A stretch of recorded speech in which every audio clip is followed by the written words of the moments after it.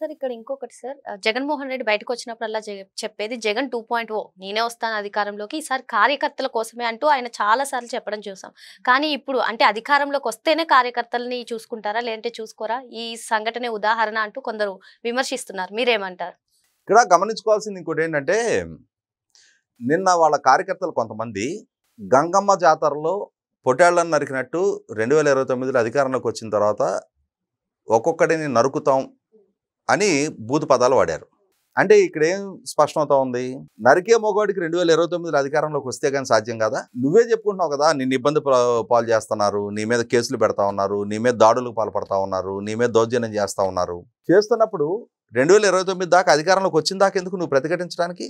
అంటే ఇక్కడ ఏమర్థమవుతుంది, మనం జగన్మోహన్ రెడ్డి గారి నుంచి మొదలుపెట్టి వాళ్ళ నాయకులు వాళ్ళ శ్రేణుల్ని కొడాలి నాని ఏ విధంగా అధికారంలో ఉన్న రోజు రెచ్చిపోయాడో చూసాం. ఇవాళ ఎక్కడున్నాడు?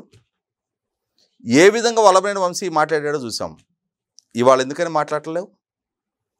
బోర్గడ్డ అనిలు, నందిగం సురేష్, అనిల్ కుమార్ యాదవ్, అదే సందర్భంలో గోరంట్ల మాధవ్, సజ్జల రామకృష్ణారెడ్డి, ఇటువంటి వాళ్ళందరూ అధికారం ఉన్న రోజు ఏ విధంగా పెచ్చిరిల్లారో చూసాం. వాళ్ళ అధికారం కోల్పోయిన తర్వాత ఎందుకని మాటలు సద్దుమణిగినాయి? అంటే అధికారం ఉంటే మీరు హీరోలు, అధికారం లేకుంటే మీరు జీరోలు. రేపు మళ్ళీ మీకు అధికారం వస్తే ఆ రోజు మీరు హీరోలుగా చలమణవుతారా? అంటే ఈలోగా మీరు చెప్తున్నట్టుగానే మీ శ్రేణులు కష్టాలు ఎదుర్కొన్నా, కన్నీళ్లు గార్చుకుంటున్నా, వాళ్ళ ఆర్థిక మూలాలు దెబ్బతింటున్నా, వాళ్ళ అవమానాలు ఎదుర్కొంటున్నా, వాళ్ళకు అండగా నిలబడే ధైర్యం స్థైర్యం మీకు లేదా? తర్వాత జగన్మోహన్ రెడ్డి గారు ఇందాక ఒక స్టేట్మెంట్ ఇచ్చాడు. నేను పొదిలి పర్యటనలో పాల్గొన్న సందర్భంలో 40,000 మంది నా శ్రేణుల మీద 40 మంది రాళ్లదాడి చేశారు అని చెప్పని మనందరం వీడియో సాక్ష్యాలతో చూసాం. వాళ్ళు నిలబడ్డ ప్రాంతంలో నిలబడి మహిళలు ప్లే కార్డులు, నల్ల బెలూన్లతో వాళ్ళు నిరసన తెలియజేశారు. వాళ్ళు రాళ్లదాడి చేయలే, వాళ్ళ మీద రాళ్లదాడి చేశారు. ఎందుకు?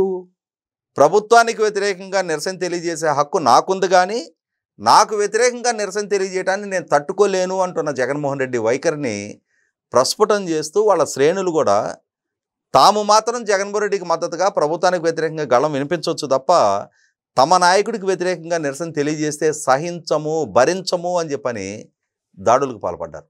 మహిళలు వాళ్ళ మీద దాడి చేయకూడదని చెప్పని విఘ్నత మరిచి వాళ్ళని తరిమి కొట్టారు. ఇది జగన్మోహన్ రెడ్డి గారి ద్వారా పెంచి పోషిస్తున్న విష సంస్కృతి. ఇక్కడ గమనించుకోవాల్సింది ఏంటి అంటే, ఆయన పదే పదే కులాల ప్రస్తావన కూడా తీసుకొస్తా ఉన్నాడు నిన్న. అంటే కమ్మ కులానికి ఏదో ఈయన ఒక మెస్సయ్యలాగా, చంద్రబాబు నాయుడు గారు ప్రజాస్వామ్యంలో అంటే తన పుట్టి పెరిగిన సామాజిక వర్గీయులు మొత్తం తన పార్టీలోనే తనకు అండదండలుగానే అందించాలి తప్ప వేరే పార్టీలో కొనసాగటానికి వీలు లేదనే నిర్బంధకాండ ప్రయోగిస్తున్నట్టుగా పోర్ట్రేట్ చేస్తూ ఉన్నాడు. చంద్రబాబు నాయుడు గారు తన రాజకీయ ప్రత్యర్థులు కాబట్టి కులాన్ని లక్ష్యంగా చేసుకుని ఎవరి మీద టార్గెట్ చేయలే, కానీ జగన్మోహన్ రెడ్డి గారు చేశారు. జగన్మోహన్ రెడ్డి గారు రాష్ట్ర ముఖ్యమంత్రి హోదాలో ఉండి స్టేట్ ఎలక్షన్ కమిషనర్ రాజ్యాంగబద్ధ హోదాలో ఉన్న ఆయన్ని కులం పేరిట ప్రస్తావించారు, డాక్టర్ నిమ్మగడ్డ రమేష్ గారిని. జగన్మోహన్ రెడ్డి గారు నాటి ప్రభుత్వాన్ని అసత్యపు ఆరోపణలతో 37 మంది సీఎల్ని డిఎస్పీలుగా ప్రమోట్ చేస్తే అందులో 33 కమ్మ సామాజిక వర్గీయులే అని చెప్పనే అసత్యపు సమాచారంతో ప్రజలను తప్పుదోవ పట్టించారు. చంద్రబాబు నాయుడు గారు తన సామాజిక వర్గ ప్రయోజనాల కోసమే అమరావతి నిర్మాణం చేస్తున్నారు, అది అమరావతి కాదు కమరావతి అని చెప్పని ఆయన సొంత మీడియాలో, ఆయన సోషల్ మీడియాలో ప్రచారం చేయించారు. తాను ముఖ్యమంత్రిగా పదవి బాధ్యతలు చేపట్టిన మరో నిమిషం కేవలం కమ్మ సామాజిక వర్గీయుడు అనే కారణంతో డీజీపీ హోదాలో ఉన్న ఏబీ వెంకటేశ్వరరావు గారిని 5 సంవత్సరాల పాటు విధులకు దూరం చేశాడు. జాస్తి కృష్ణకిషోర్ గారినైనా అలాగే నిమ్మగడ్డ రమేష్ గారినైనా కులం పేరిటే వేధింపులకు గురి చేశాడు. అదే సందర్భంలో పదుల సంఖ్యలో పోలీసు అధికారులకి కేవలం వాళ్ళు పుట్టి పెరిగిన కులం కారణంగానే సంవత్సరాల తరబడి పోస్టింగులు, జీతాలు ఇవ్వకుండా వేధింపులకు గురి చేశాడు. అలాగే అమరావతి రైతుల పట్ల, మహిళల పట్ల ఏ విధంగా వ్యవహరించింది మనకందరికీ తెలుసు.